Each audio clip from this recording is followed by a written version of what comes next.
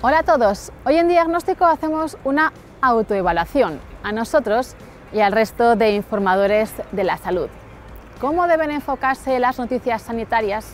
¿Qué requisitos debe cumplir la información que versa sobre uno de los aspectos que más nos preocupa? ¿Qué papel y qué peso tienen las redes sociales en la información sanitaria de hoy y de mañana? A esta y otras preguntas daremos respuesta de la mano de Ernesto Sáenz de Buruaga, veterano periodista burgalés con un larguísimo currículum. Entre otras ocupaciones, ha dirigido y presentado los servicios informativos de la COPE, Televisión Española o Antena 3. Experto en información general, sin duda, pero como presidente de la plataforma digital de contenidos sanitarios Medicina Responsable, también es toda una autoridad en el campo de la información de la salud. En las redes sociales, si veo a los influencers que son médicos, enfermeros, que tienen una trayectoria y que lo que cuentan está contrastado, estupendo, es un medio de comunicación más. Pero la barra libre de las redes sociales, que se convierten además a veces en picadoras de carne humana, pues están ahí. Hoy que les hablamos de información sobre salud, no podemos olvidar nuestra sección dedicada a la actualidad.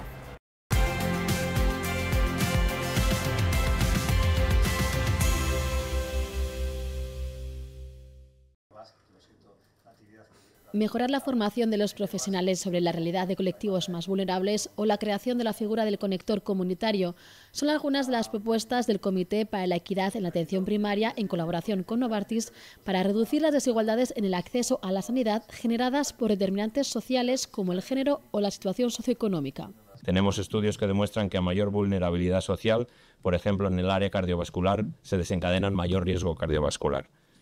Y esto es una llamada a la acción. Es el momento de que empecemos a hacer cuantas más acciones posibles para reducción de desigualdades sociales y para tener más equidad en salud. El informe presentado por el Ministerio de Sanidad recomienda actuar en 4 ejes: el acceso a la atención primaria, la asignación de recursos, la promoción de la salud y la especial atención a la población donde esas enfermedades no transmisibles tienen más prevalencia.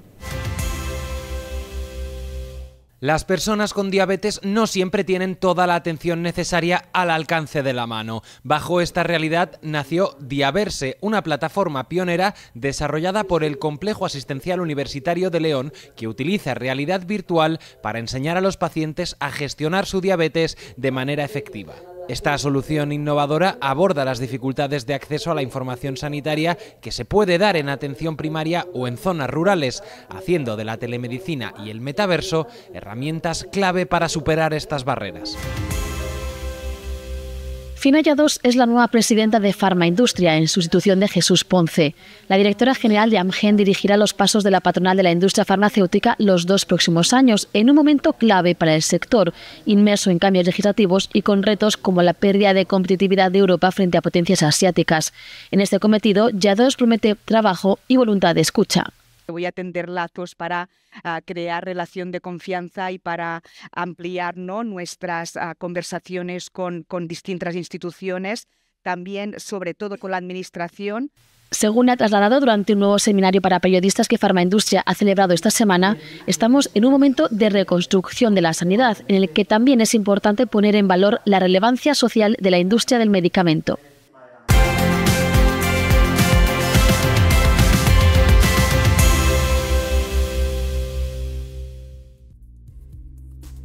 La última herramienta que Google ha presentado en España es YouTube Health, la garantía de que los vídeos sugeridos en búsquedas relacionados con temas sanitarios provienen de fuentes fiables y una prueba más de que nos interesa la salud. Internet es una oportunidad de canalizar y democratizar toda la información, pero no siempre lo que encontramos en la red es seguro. ¿Qué papel deben jugar los medios de comunicación tradicionales en esta nueva era? ¿Qué peso tienen las redes sociales en la información sanitaria del mañana y ya del presente?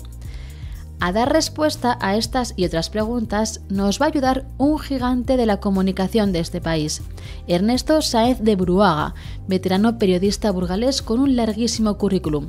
Entre otras ocupaciones, ha dirigido y presentado los servicios informativos de COPE, Televisión Española o Antena 3.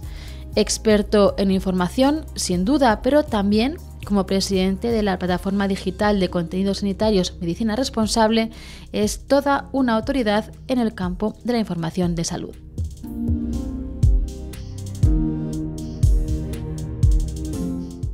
Una de las primeras preocupaciones de los ciudadanos es su salud.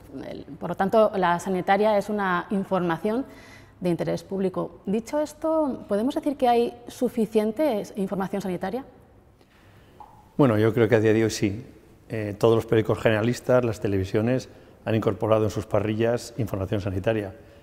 Yo recuerdo cuando estábamos en Antena 3, no había información sanitaria, teníamos que competir con Televisión Española, no sabíamos cómo, porque éramos el mismo equipo que pasamos de un lado a otro hasta que decidimos cuál es la primera preocupación de los españoles, su salud. Metimos a partir de las 9:20 una segunda cabecera y los temas de salud eran los que más audiencia nos daban en el telediario y nos permitió subir hasta poder alcanzar años después a Televisión Española. Por lo tanto, tiene interés, genera interés, ahora ya tienen todos los medios su correspondiente sección de salud. Hablamos de cantidad, pero también tenemos que hablar de calidad. Al final, este es un área en el que hay que ser especialmente serio. ¿Qué criterios debe seguir la información sanitaria? ¿En qué aspectos hay que poner especial cuidado? Trabajamos con el material más sensible, que son los seres humanos, y por lo tanto tenemos que tener un respeto total hacia lo que significa dar una información que puede ser confusa, incluso que puede ser errónea. Por eso creo que el rigor que se exige a cualquier periodista, en cualquier medio de comunicación, en cualquier tema, tiene que ser especialmente sensible a lo que pasa en su entorno en los temas sanitarios. Nosotros tenemos en Medicina Responsable un director médico y todas las informaciones, todas, absolutamente todas, las que tienen una mínima duda, pasan por nuestro director médico. Hay que tener seriedad, rigor y hacer lo que hemos hecho siempre los periodistas, contrastar la información y contarla de manera que se entienda, porque en estos temas sobre todo te tienen que entender. Hablamos luego de cómo humanizar esa información, de cómo hacer ese recorrido desde el lenguaje que manejan los médicos hasta el lenguaje que maneja la sociedad, pero antes ha mencionado Medicina Responsable. ¿Por qué decidió fundar este portal? Pues un día me levanté para ir a hacer mi programa de radio a las 4 de la mañana y pensé que no me compensaba. Decidí que había terminado una etapa y me fui a mi casa sin ánimo de volver nunca más, hasta que un día me pidieron que escribiera un libro sobre temas sanitarios. Dije, yo no sé escribir libros y menos de sanidad. Dije, sí que puedo hacer entrevistas. ¿Y sobre qué? A mí me interesa mucho cómo nos tratan los médicos. A veces no les entendemos y a veces son, como decía Luis del Val, los Dry Martini, que son secos como el desierto y fríos como la muerte. Yo quiero gente cercana, que me entienda, que se pongan mis zapatos porque tengo una enfermedad y quiero que me traten con cariño, porque necesito que me traten con dulzura, con cariño, que me miren a los ojos, que me cojan de la mano si lo necesito, porque soy un ser humano débil y muy frágil cuando estoy ante una enfermedad en un hospital. Entonces, a partir de ahí, me empezaron a llamar para que diera conferencias de humanizar la medicina. Digo, ¿qué hace un periodista contando en hospitales a los médicos que hay que humanizar la medicina? Entonces, eso me llevó de un sitio a otro y cuando me dijeron, ¿y por qué no haces algo más? Pensé en la productora de televisión y dije, bueno, pues vamos a utilizar la infraestructura que tenemos para hacer un medio digital con mucho vídeo, con mucha imagen, para contar la realidad que yo doy o cuento en las conferencias cuando voy por ahí hablando de humanización de la medicina. Y nació Medicina Responsable para divulgar los temas sanitarios y para humanizar la medicina. Y en eso estamos y creo que vamos por buen camino. Lo que comentábamos, ¿no? Allanar el lenguaje que manejan los médicos. Para eso hace falta formación. ¿Es necesario que el periodista reciba formación sanitaria per se? ¿No supone esto un riesgo de que al final nos convirtamos nosotros también en los portadores de esos términos técnicos y bueno, que de alguna manera, en vez de adaptar nosotros el lenguaje de los médicos, nos adaptemos nuestro lenguaje al de ellos? Yo creo que el periodista es un comunicador y tiene que aprender a comunicar. Yo no tengo por qué saber medicina, pero me tienen que sonar los temas médicos. Creo que no cambia mucho, que el buen periodista va a ser buen periodista, haciendo medicina, haciendo salud, haciendo política o haciendo paracaidismo. La salud es universal. Todos, en algún momento de nuestra vida, tendremos que enfrentarnos a una enfermedad. Cómo vivamos, cómo comamos, cómo trabajemos, cómo descansemos, todo, absolutamente todo, tiene impacto en nuestro bienestar. Por eso, los aspectos sanitarios son de interés general. Nos afecta durante toda nuestra vida, por lo tanto, debería ser aquella parte que es más importante de la información que se da, no solo en los medios, sino que se comparte parte en otros ámbitos. Los ciudadanos tomamos decisiones sobre nuestra salud o nuestra situación de enfermedad en base a lo que vemos en la televisión, oímos en la radio o en los medios digitales audiovisuales o leemos en la prensa escrita. Fíjate si es importante, por eso tenemos los periodistas una especial responsabilidad en todo lo que tiene que ver con la salud. Esa especial responsabilidad está íntimamente asociada al compromiso y especialmente a la formación del periodista sanitario. No puede informar de salud cualquiera. Tenemos que especializarnos y si nos especializamos vamos a tener una mayor garantía de que vamos a trabajar mejor en pos de que los ciudadanos tengan una información científica, rigurosa y con criterio. La particularidad es que el que se dedique a hacer información de salud va a tener que tener relación con especialistas en la materia y es complicado porque tiene un lenguaje técnico, con lo cual eso obliga a una extra adicional de vocación y de formación. La información sanitaria goza de buena salud. Desde hace décadas despierta más interés entre la población y se le presta más atención en los medios de comunicación. La pandemia de COVID-19 en el 2020 fue el momento donde esta importancia ha sido mayor. Fue un interés absoluto.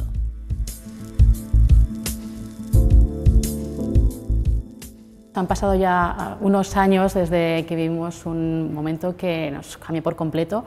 Hablo de la pandemia de COVID-19. Cambió todo, pero lo que se refiere a la información y concretamente a la sanitaria también fue un revulsivo. En aquel momento todos los titulares, todas las cabeceras, todo era información de salud. Ya podemos echar la vista atrás y con este margen de tiempo que nos dan los años, ¿podemos decir que estuvimos a la altura de lo que se nos recorría en aquel momento? Tengo mis dudas porque la información nunca había sido tan sesgada y a veces tan engañosa. Es decir, nos mentían. Primero dijeron que había un comité de expertos y todos estábamos más tranquilos porque había gente que pensaba en lo que estaba sucediendo y no había comité de expertos. Luego salimos a la calle y nos dijeron, una ministra nos dijo que estamos en la gama alta del éxito y teníamos 1000 muertos en muchos días. Yo creo que no nos estaban contando lo que pasaba. Fuimos a aplaudir a los médicos como una terapia común de grupo y al día siguiente de dejarnos salir no les volvemos a aplaudir nunca más. Es decir, teníamos miedo, nos movía el miedo y tampoco teníamos muchas fuentes de información en los medios. Y las redes sociales hicieron un papel cuando decían, no, los médicos tienen EPIs y tienen de todo, tienen equipos, y te salía el médico del hospital de Guadalajara y te decía, mire, estoy con bolsas de basura y tengo la misma mascarilla hace 20 días. Estuvimos a la altura, hicimos lo que pudimos, pero yo echaba de menos que veíamos en las televisiones imágenes de cadáveres en Brasil, pero no veíamos el Palacio del Hielo con nuestros féretros, y eso me parecía indigno. Y creo que la profesión, tengo mis dudas. Con la objetividad que da el tiempo, es momento de hacer análisis. ¿Suspendimos en la información que transmitimos durante la crisis? Para expertos como María Yolanda Martínez, investigadora de la Universidad Complutense, la respuesta es claramente que sí. España ha tenido lo que ha sido la comunicación sanitaria dirigida desde el Ejecutivo Central de las peores que ha habido. Desde la elección de los portavoces hasta la cita informativa de las 8 de la tarde. Aplausos, cifras. ¿Recibíamos la información que necesitábamos? ¿Se sabía lo que estaba pasando en los hospitales? No se sabía. Y a falta de información, desinformación.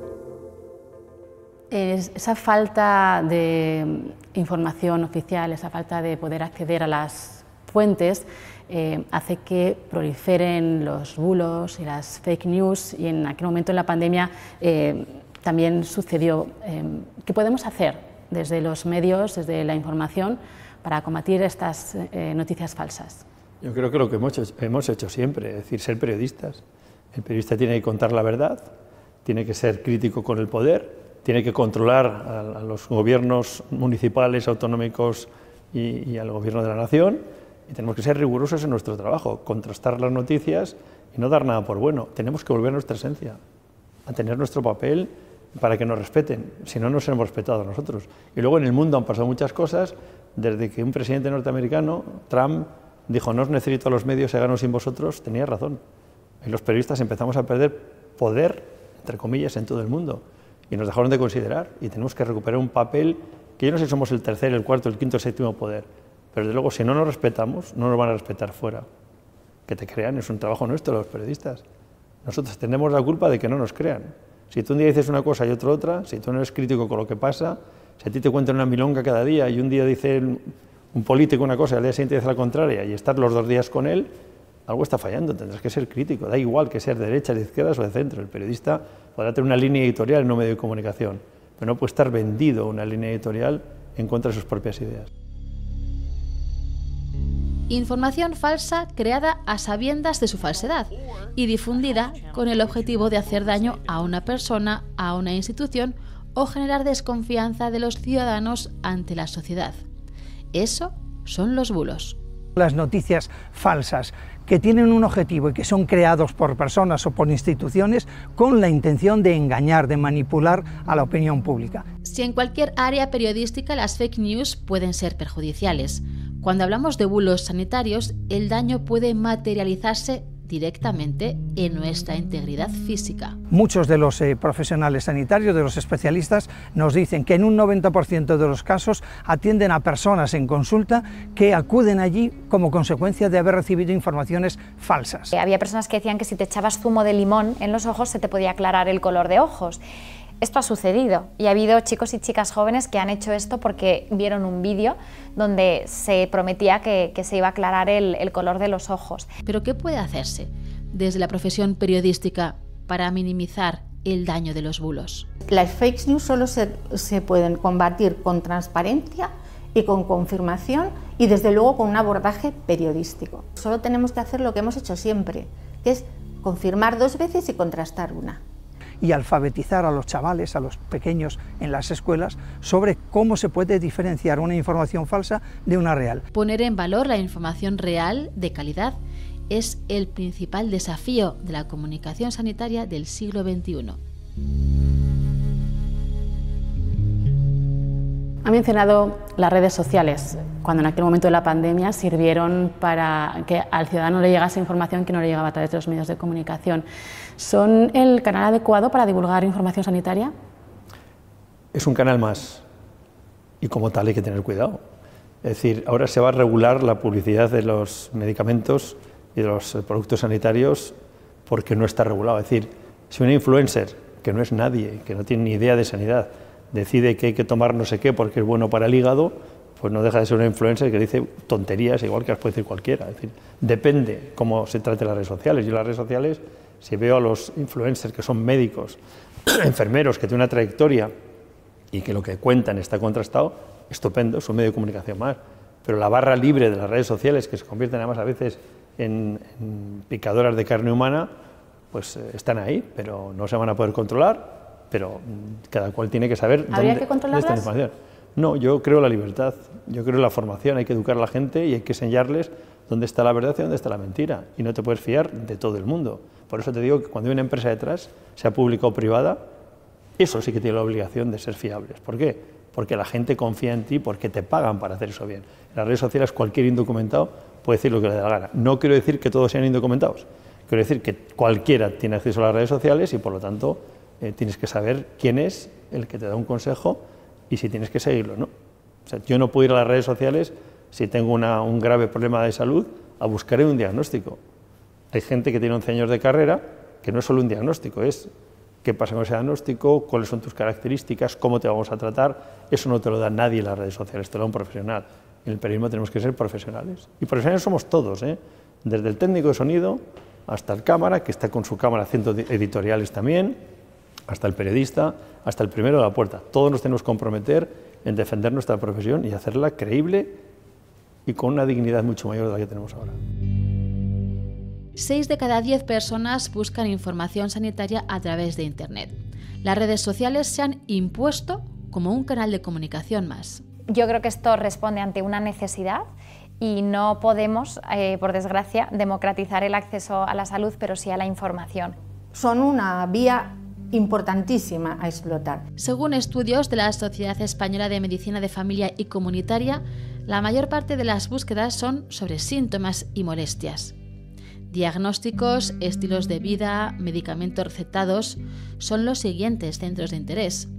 Internet es una fuente que permite diversificar la información sobre salud y las redes sociales se dibujan como una oportunidad de establecer una nueva relación entre los profesionales y los pacientes.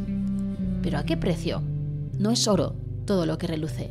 El problema está en que en las redes sociales están compartiendo un canal, que es ese, el de las redes sociales, contenidos que están validados y contenidos que no lo están.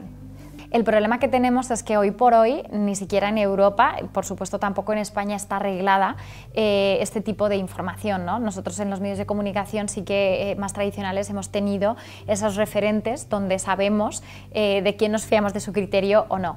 El problema en las redes sociales es que realmente, literalmente, cualquier persona puede grabarse un vídeo, dar un consejo y subirlo a las redes, y no tenemos control sobre ello. ¿Cuál es el reto entonces de los informadores? ¿Cómo podemos alcanzar ese equilibrio? Es importante que los profesionales sanitarios utilicen las redes para informar a la población, pero no deja de ser una información personal, sin, digamos, el respaldo, más allá del respaldo que le podamos dar cada uno de nosotros al hecho de que es una persona, digamos, comprometida supuestamente con el rigor científico.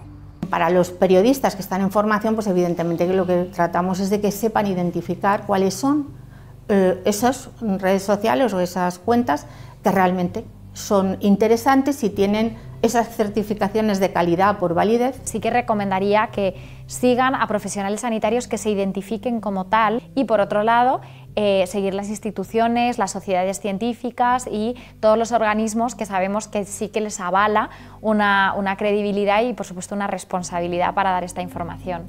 Pero ese rigor, esa precisión que requiere el mensaje sanitario, muchas veces se ve comprometido por las propias características de las redes sociales y por la tiranía de la atención. Tú lo ves incluso en las reproducciones, ¿no? Si haces un vídeo de 15 segundos, sabes que vas a llegar a probablemente 1 millón de personas, y si haces un vídeo de más de 1 minuto, como te vayas ya a 2 minutos, en mi caso se reduce hasta un 25% el impacto que tiene. Cada canal exige un lenguaje, un código. Evidentemente, el condicionamiento que tienen las redes sociales es positivo en algunos casos. Es la inmediatez. Las redes sociales también condicionan el público al que llegan los mensajes. No tienen la misma penetración en entornos rurales y poblaciones envejecidas que entre los segmentos de menor edad. Y esa también es otra de sus fortalezas. Creo que en las redes sociales hemos encontrado esa forma de llegar a los jóvenes, de hablar su propio lenguaje y de, por suerte, pues, generar esa inquietud y esa prevención. Para mí es donde he encontrado una forma de tener realmente un impacto en la salud de las personas. Porque no hay que minusvalorar el peso de un reel. Ahora mismo estoy unos 325.000 seguidores. Es verdad que el impacto a veces es incalculable porque hay vídeos con más de 20 millones de reproducciones. Sí que las métricas que me dan las redes sociales es que incluso en el último mes han visitado el perfil más de 16 millones de personas y bueno, pues yo creo que esto es algo para tener en cuenta y además siempre lo pongo a disposición de las instituciones porque hay mensajes y hay campañas de salud que yo creo que tenemos que estar coordinados y donde no llega a lo mejor el centro de salud de un barrio determinado, pues que yo pueda dar eco de lo que están haciendo. En ese buen hacer de conseguir que la información sea creíble, ¿qué papel considera que va a jugar la inteligencia artificial? ¿Cree que es un aliado para hacer determinados procesos más ágiles o que por el contrario puede ser un enemigo de eso, de la credibilidad? Es una herramienta más. Cuando Ford quiso dejar los caballos para hacer coches, le dijeron, ¿pero qué estás haciendo? ¿Te vas a arruinar? El coche no tiene futuro, el futuro es el caballo. Pues no, nadie puede prever lo que va a haber más adelante. Es una herramienta que habrá que utilizar. Pero eso es como todo. Se puede utilizar bien o se puede utilizar mal. Y yo creo que se va a utilizar bien y por lo tanto va a ser una herramienta necesaria, no, imprescindible. Ya se están haciendo diagnósticos por inteligencia artificial, ya se están haciendo muchísimas cosas por inteligencia artificial. Hace poco entrevistaba a Rafael Yuste del proyecto Brain del cerebro, mapear el cerebro, me decía que los próximos 5, 6, 7 años el concepto que tenemos del ser humano va a cambiar simplemente por lo que están descubriendo del cerebro y las aplicaciones que van a tener a través de los nuevos medios de la inteligencia artificial. Va a cambiar el ser humano y por lo tanto es un proceso sin marcha atrás y hay que montarse, hay que estar en la ola, hay que surfear en la ola de la realidad y la realidad nos lleva a la inteligencia artificial, por lo tanto hay que estar con la inteligencia artificial, no queda otro remedio. Otra cosa es que cómo hacemos que esa inteligencia artificial no nos devore, no sea utilizada para otras cosas, pero también se inventó la pólvora y se utilizaba para matar personas. Bueno, sí, claro, esto es la historia de la humanidad. Ha dicho que el futuro no se puede prever, pero le voy a pedir un acto de fe. ¿Cómo ve el futuro de la información sanitaria? Esplendoroso, como todo. Yo es que creo en el periodismo, creo en la información, creo que el saber no ocupa lugar. Me preocupa que la gente joven ahora se forma fundamentalmente a golpe de tweet, en X caracteres, y yo creo que para cualquier tipo de información necesitas reposo, necesitas leer, necesitas conocer para argumentar. Eso se está perdiendo, pero vamos a un futuro diferente. A mí me gustaría que la gente más joven se prepare más, sepa más de las cosas, tenga más base para opinar, para escribir, para contar. Es sorprendente las faltas ortográficas, cómo se escribe, cómo se está perdiendo riqueza en el lenguaje. Bueno, pues todo eso me preocupa, pero insisto, es lo que tenemos y con estos bueyes hay que arar. Haremos, pero haremos bien, ¿no? Lo mejor que podamos, que nos lleve un futuro diferente y mejor.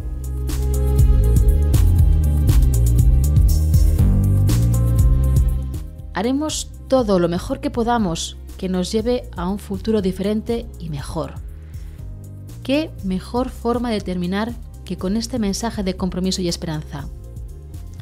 Tal vez la única forma sea así son las cosas y así se las hemos contado.